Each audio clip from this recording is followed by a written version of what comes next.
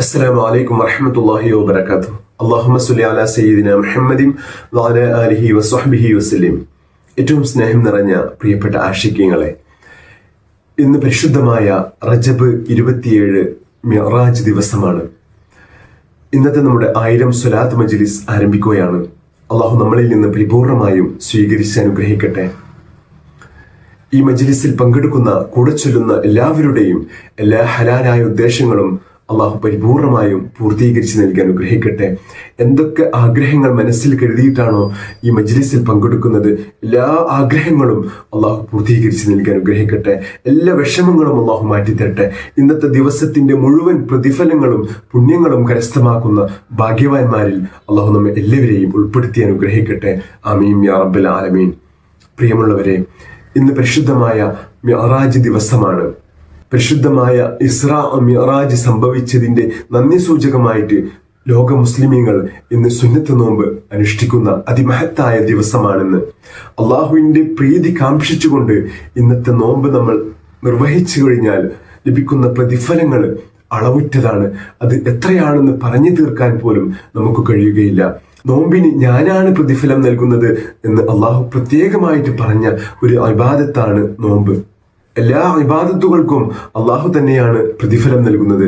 പിന്നെ നോമ്പിന് മാത്രമായിട്ട് പ്രത്യേകമായിട്ട് എടുത്തു പറയാനുള്ള കാരണം, അത് അവന്റെ അടിമയും അള്ളാഹു മാത്രം അറിയുന്ന ഒരു രഹസ്യമായിട്ടുള്ള ഒരു മഹത്തായ ഇബാദത്താണ് നോമ്പ്.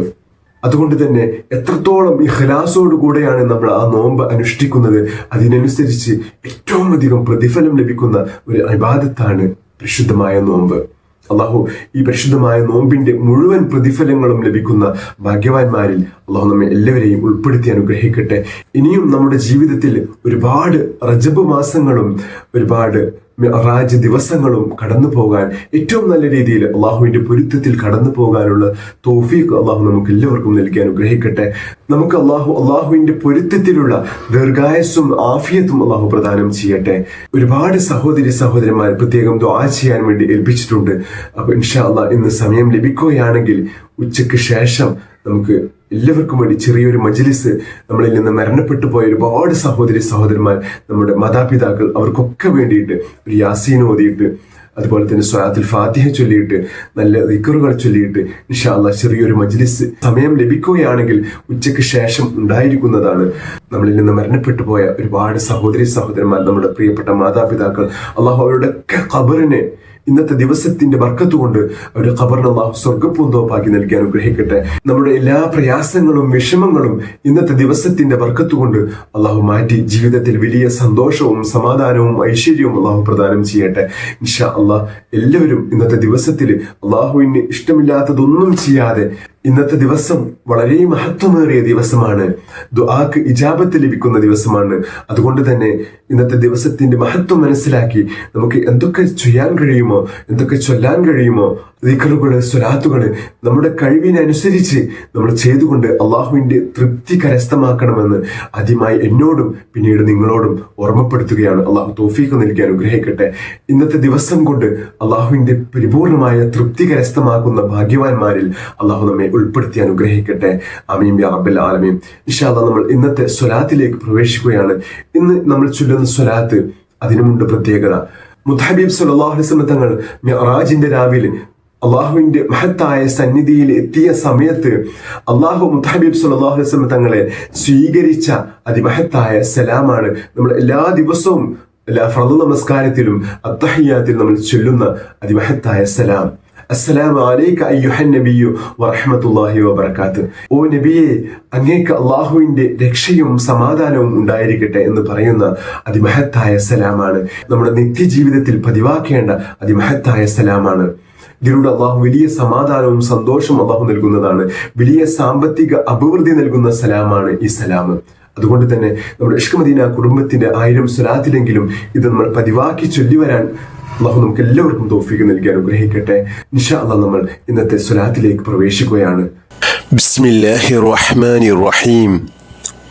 اللهم أنت ربي لا إله إلا أنت خلقتني وأنا عبدك وأنا على عهدك ووعدك ما استطعت أعوذ بك من شر ما صنعت أبوء لك بنعمتك علي وأبوء بذنبي فاغفر لي فإنه لا يغفر الذنوب إلا أنت. بسم الله الرحمن الرحيم. السلام عليك أيها النبي ورحمة الله وبركاته. السلام عليك أيها النبي ورحمة الله وبركاته. السلام عليك أيها النبي ورحمة الله وبركاته. السلام عليك أيها النبي ورحمة الله وبركاته. السلام عليك أيها النبي ورحمة الله وبركاته. السلام عليك أيها النبي ورحمة الله وبركاته. السلام عليك أيها النبي ورحمة الله وبركاته. السلام عليك أيها النبي ورحمة الله وبركاته. السلام عليك أيها النبي ورحمة الله وبركاته. السلام عليك أيها النبي ورحمة الله وبركاته. السلام عليك أيها النبي ورحمة الله وبركاته. السلام عليك أيها النبي ورحمة الله وبركاته. السلام عليك أيها النبي ورحمة الله وبركاته. السلام عليك أيها النبي ورحمة الله وبركاته. السلام عليك أيها النبي ورحمة الله وبركاته. السلام عليك أيها النبي ورحمة الله وبركاته. السلام عليك أيها النبي ورحمة الله وبركاته. السلام عليك أيها النبي ورحمة الله وبركاته. السلام عليك أيها النبي ورحمة الله وبركاته.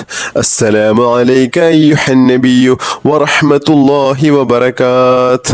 السلام عليك أيها النبي ورحمة الله وبركاته. السلام عليك أيها النبي ورحمة الله وبركاته. السلام عليك أيها النبي ورحمة الله وبركاته. السلام عليك أيها النبي ورحمة الله وبركاته. السلام عليك أيها النبي ورحمة الله وبركاته. السلام عليك أيها النبي ورحمة الله وبركاته. السلام عليك أيها النبي ورحمة الله وبركاته. السلام عليك أيها النبي ورحمة الله وبركاته. السلام عليك أيها النبي ورحمة الله وبركاته. السلام عليك أيها النبي ورحمة الله وبركاته. السلام عليك أيها النبي ورحمة الله وبركاته. السلام عليك أيها النبي ورحمة الله وبركاته. السلام عليك أيها النبي ورحمة الله وبركاته. السلام عليك أيها النبي ورحمة الله وبركاته. السلام عليك أيها النبي ورحمة الله وبركاته. السلام عليك أيها النبي ورحمة الله وبركاته. السلام عليك أيها النبي ورحمة الله وبركاته. السلام عليك أيها النبي ورحمة الله وبركاته. السلام عليك أيها النبي ورحمة الله وبركاته. السلام عليك أيها النبي ورحمة الله وبركاته. السلام عليك أيها النبي ورحمة الله وبركاته. السلام عليك أيها النبي ورحمة الله وبركاته. السلام عليك أيها النبي ورحمة الله وبركاته. السلام عليك أيها النبي ورحمة الله وبركاته. السلام عليك أيها النبي ورحمة الله وبركاته. السلام عليك أيها النبي ورحمة الله وبركاته. السلام عليك أيها النبي ورحمة الله وبركاته. السلام عليك أيها النبي ورحمة الله وبركاته. السلام عليك أيها النبي ورحمة الله وبركاته. السلام عليك أيها النبي ورحمة الله وبركاته. السلام عليك أيها النبي ورحمة الله وبركاته. السلام عليك أيها النبي ورحمة الله وبركاته. السلام عليك أيها النبي ورحمة الله وبركاته. السلام عليك أيها النبي ورحمة الله وبركاته. السلام عليك أيها النبي ورحمة الله وبركاته. السلام عليك أيها النبي ورحمة الله وبركاته.